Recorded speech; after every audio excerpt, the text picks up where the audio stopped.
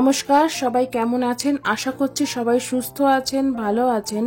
চৈতিস ক্রিয়েশনের নতুন একটি ব্লগে আপনাদের সবাইকে স্বাগতম। শনিবার দুপুর 3:30টার সময় এই ব্লগটা আমি শুরু করছি। দুপুরবেলা লাঞ্চ করে আমি আর আমার হাজবেন্ড দুজনে মিলে বেরিয়ে পড়েছিলাম সারা সপ্তাহে সবজি বাজার করতে। আর আমরা বাইরে বেরোনোর জন্য এই উইকেন্ডে শনি আর রবিবার এই দুটো ছুটির দিনই বেছে নিই, কারণ সারা সপ্তাহে যেহেতু বর ব্যস্ত থাকে তাই দুজনে মিলে এই উইকেন্ড ছাড়া কোথাও বেরোনো হয় না। আর আমাদের দুজনে একসাথে ঘুরতে বেরোনো মানে এই গ্রসারি বাজার কেনার উদ্দেশ্যেই বেরোনো, মানে ওটাই আমাদের ঘোরা। কারণ এখন এখানে যা টেম্পারেচার তাতে বেরিয়েও কোনো শান্তি নেই। সেই মনে হয় বেরোলে কতক্ষণে বাড়ি আসবো, কারণ যেহেতু বাইরে এত ঠান্ডা, জ্যাকেট, টুপি, মাফলার, মোজা সবকিছু পরে বেরোনোর পরেও সেই মনে হয় চোখটাতেও ঠান্ডা লাগছে। আর অনবরত চোখ থেকে জল বেরোতেই থাকে এখানে রাস্তায় বেরোলে, জানেন তো, ঠান্ডার জন্য। আর চোখটাকেও যদি ঢেকে দিই তাহলে কি করে হবে বলুন? চোখটা তো আর ঢাকা সম্ভব নয়। তাই এখানে শীতকালে ঘুরতে বেরোনো মানে নিজেকেই নিজে কষ্ট দেওয়া। কিন্তু সবজি বাজার, গ্রসারি এগুলো তো কিনতেই হবে, কারণ খেয়ে তো থাকতে হবে, না খেয়ে তো আর বাঁচা যাবে না। সেই জন্য আমাদের বাড়ির পাশেই এই 5 মিনিটের দূরত্বে এই মলটাতে চলে আসলাম সবজি বাজার করতে। আর এখান থেকে সবজি কিনলেও বেশ সবজিগুলো টাটকাই পাই।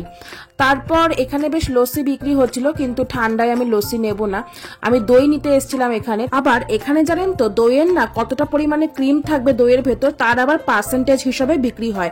যেমন কোনোটা 3.2%, কোনোটা 2%। তবে এখানকার দইগুলোর কোয়ালিটি জানেন তো ভীষণ ভালো হয়। দইগুলোর মধ্যে এতটা পরিমাণে থকথকে একটা ব্যাপার থাকে যে চামচ দিয়ে কেটে কেটে খেতে হয়। আর মোটামুটি 1 সপ্তাহ যদি ফ্রিজেও রেখে দিই তাহলেও সেই সেম অবস্থাতেই থাকে দইগুলো। আর এদিকটা চলে এসেছিলাম একটু মাংস নিতে, তাই মাংস দেখছিলাম। এখানে না গোটা মুরগি এইভাবেই প্যাকেট করে বিক্রি হয়। আর এদিকটাতে রেডি টু ইট যে খাবারগুলো সেইগুলো বিক্রি হচ্ছিল, মানে এগুলো জাস্ট ওভেনে ঢোকালেই কুক হয়ে যাবে। এগুলো কিন্তু রান্না করাই এইভাবেই বিক্রি হচ্ছিল। এখানকার বেশিরভাগ মানুষই তো তাদের কাজ নিয়ে ব্যস্ত থাকে সর্বক্ষণ, তাই এখানে না রেডি টু ইট খাবারের চাহিদাটাও খুব বেশি। সব জায়গাতেই, সব মলেই আপনি রেডি টু ইট খাবার সব সময়তেই পেয়ে যাবেন, বরঞ্চ র মেটেরিয়ালগুলোই পাওয়া মাঝে মাঝে দুষ্কর হয়ে যায়। আর এখানে তো আগেই বলেছি সব ধরনের মাংসই এখানে পাশাপাশি প্রায় বিক্রি হয়। তবে এখানকার প্যাকেজিং কোয়ালিটি খুব ভালো। মাংসগুলো কিন্তু সবসময় টাটকাই থাকে, ফ্রোজেন হলেও। আর যে যে মাংসটা খাবে সেই মাংস নিয়েই চলে আসেন। আর এদিকটা দেখছিলাম মুরগির পা গুলোও বিক্রি হচ্ছিল। আমি এই পা গুলো খাই না, তবে আমি জানি অনেকেই এগুলো পছন্দ করেন। যারা যারা মোটামুটি যেরকমটি খেতে পছন্দ করেন, মোটামুটি এইসব মলে সবই পাওয়া যায়। তবে আজকে আমি এসে একটা নতুন জিনিস দেখলাম যেটা এতদিন দেখিনি। তো এখানে এসে দেখলাম এখানে র্যাবিটেরও মাংস বিক্রি হচ্ছে, যেটা দেখে আমার একটু কেমন একটা হলো শরীরে। তবুও অনেকেই খান হয়তো, সেই জন্য এখানে বিক্রি হচ্ছে। তবে জানেন তো এইসব মলে না আমি কখনোই বাঙালি মাছ কখনো পাইনি। সেই বাঙালি মাছ খেতে হলে সেই এখানকার যে বাঙালি মল আছে সেখানে যেতে হয়। আর এই বাঙালি মলগুলো হচ্ছে আমাদের বাড়ি থেকে অনেকটাই দূরে। এই শীতে না আর ওই দূরে যেতে ইচ্ছা করে না, কাছে পিঠে দোকান থেকে যাই পাই তাই নিয়ে নিই। তবে এইসব মলেও কিন্তু মাছ পাওয়া যায়, তবে সেগুলো সামুদ্রিক মাছ হয়। ব্যাস, আমাদের মোটামুটি বাজার কমপ্লিট হয়ে গেছে। আর ওদিকে আমার বর বিল করছে, আর আমি এদিকটা সবগুলো গুছিয়ে নেওয়ার জন্য সব এদিকে টেনে নিলাম। সব মুদিখানার জিনিসগুলো আমাদের কার্টে তুলে দিলাম, গুছিয়ে নিলাম। তারপরে আমরা এখন বেরিয়ে যাচ্ছি। আমরা এসেছিলাম সেই দুপুরবেলা, আর এখন দেখুন পুরো সন্ধে হয়ে গেছে, সন্ধে 6টার মতন বাজে।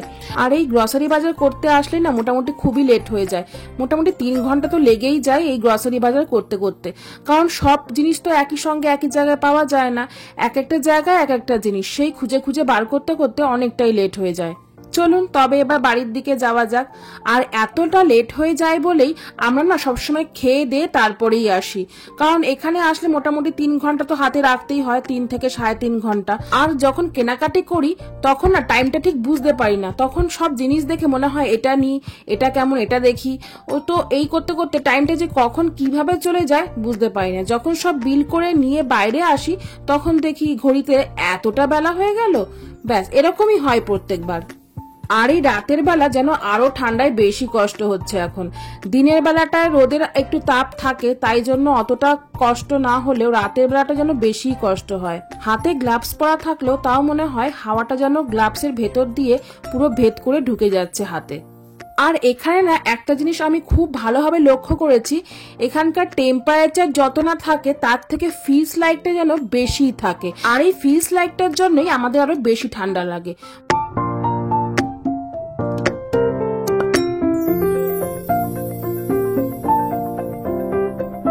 আর এদিকটা আমি দাঁড়িয়ে আছি এবার রাস্তা ক্রস করে বাড়ি যাব বলে, সেই জন্য চলুন তবে ঠান্ডার মধ্যে কাঁপতে কাঁপতে আজকের ব্লগটা তাহলে এখানেই শেষ করলাম।